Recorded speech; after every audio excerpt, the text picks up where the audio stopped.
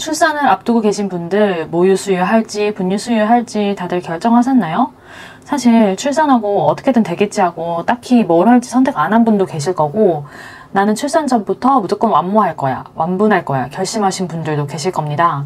결론부터 말씀드리자면 이 결심한 대로 성공하시는 분들 거의 없습니다. 특히 완모를 꿈꾸는 분들은 정말 여러 가지 이슈로 완모에 실패하고 마는데요. 저 같은 경우는 모유를 줄지 분유를 줄지 별 생각이 없었던 사람이고요. 그냥 되는 대로 해보자 하고 애를 낳고 보니 모유가 가능한 조건에 해당되어서 모유를 줬던 케이스입니다. 그런데 모유를 줄 수는 있지만 또 완모를 할 조건은 못 돼서 모유의 단점과 분유의 단점을 모두 가지고 있다는 혼합수유, 즉 모유와 분유를 함께 줬는데요.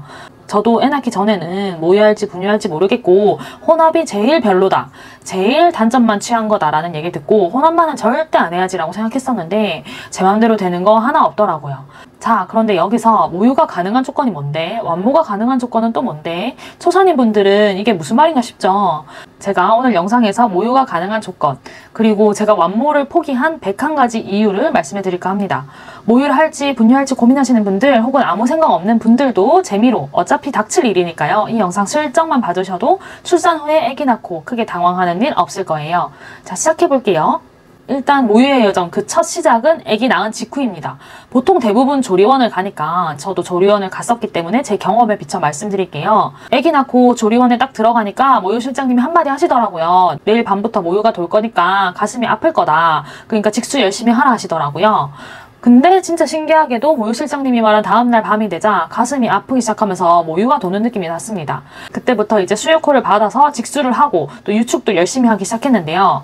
처음 나오는 모유는 초유라고 해서 색깔이 아주 노랗습니다. 근데 양이 많진 않아요. 근데 이게 굉장히 귀하다고 해서 한 방울까지 다 먹이라고 하더라고요. 그래서 저는 어찌저찌 초유를 먹이고, 그 다음에는 이제 뭐 모유를 할 거면은 모유를 하든지 아니면 단유를 할 거면 보통 초유만 먹이고 단유 하시는 분들도 많더라고요.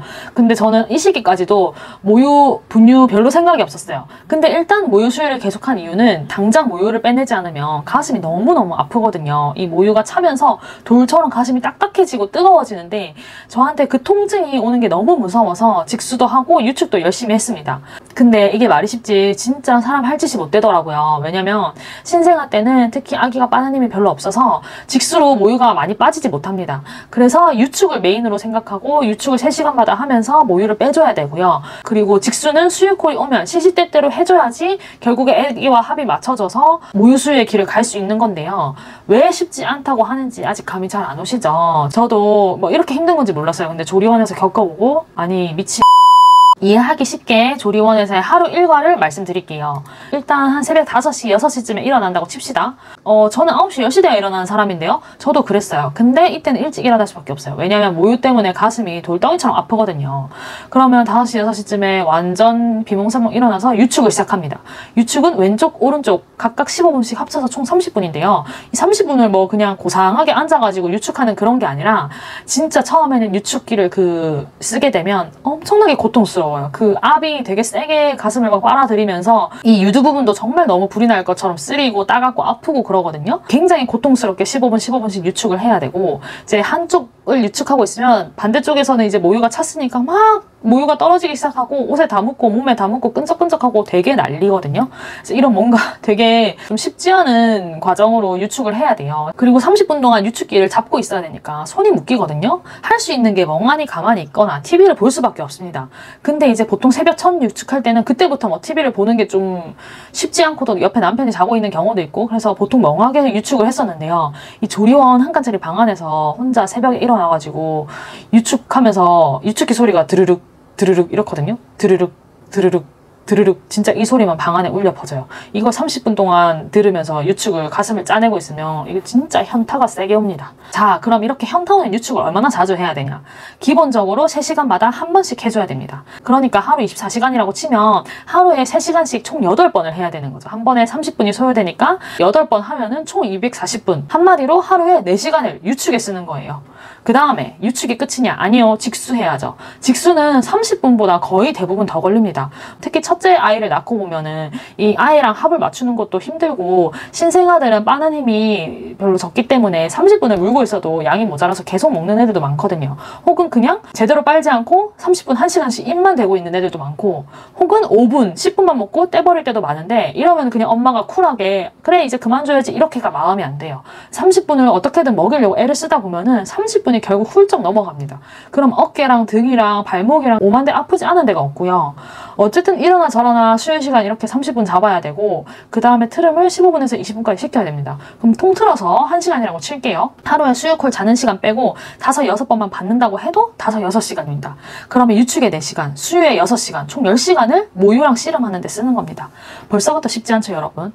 그러면 24시간 중 남은 14시간은 최소한 7시간 잔다고 치면은 7시간 남겠죠? 그러면 밥 1시간씩 먹으면은 3시간, 그 다음에 4시간 남는 거예요. 4시간 남는 시간 동안 씻고 안마 의자 하고 다리가 코끼리처럼 땡땡 부은 다리 스트레칭 하느라고 풀어주고 이러면 거의 끝납니다. 그래서 조리원 생활을 요약하자면 자고 먹고 유축하고 수유하고 자고 먹고 유축하고 수유하고 반복이다. 조리원이 천국인 거 초산이신 분들은 특히 더 못 느끼실 거예요. 그냥 방앗간에 갇혀서 계속 모유만 짜내다 보니까 약간 조도소라는 말이 왜 나왔는지도 알 것 같고 굉장히 심적으로도 우울하거든요. 호르몬 때문에. 그래서 조리원에서 너무 고통스러운데 집에 가면 알게 되십니다. 아, 조리원이 천국이었구나. 하지만 조리원에서는 모르죠. 다시 본론으로 돌아와서 저는 일단 모유를 안 짜면 가슴이 너무 아프니까 모유가 애한테 좋아서 꼭 먹여야지 이런 이유보다는 그냥 제가 살기 위해서 열심히 유축하고 수유했습니다. 그러다 보니까 점점 모유량이 늘더라고요. 처음에 30ml도 안 나왔던 게 나중에는 100ml가 넘을 정도로 양이 충분해졌는데요. 완모가 성공하기 위해선 2가지 조건이 필수적입니다. 첫 번째, 모유 양이 충분해야 하고, 두 번째, 아이가 빠는 힘이 있어야 됩니다. 저는 이 2가지가 충족됐기 때문에 모유 실장님이 모유 수유 안 하기 아깝다, 한번 해봐라 라는 얘기를 많이 하셨고, 저도 모유든 단유든 뭐 하나 그때까지도 크게 고집이 없어서 흘러가는 대로 따르다 보니 조리원에서 모유 수유의 길을 걷게 됐어요. 그리고 조리원에서 2주 동안 열심히 유축하고 수유했더니 퇴소할 때 되니까 유축기가 없이 아이가 수유만 해도 가슴에 통증이 느껴지지 않는 수준에 다다랐어요. 그래서 지옥같은 3시간 유축텀을 졸업하고 조리원을 퇴소하게 됩니다.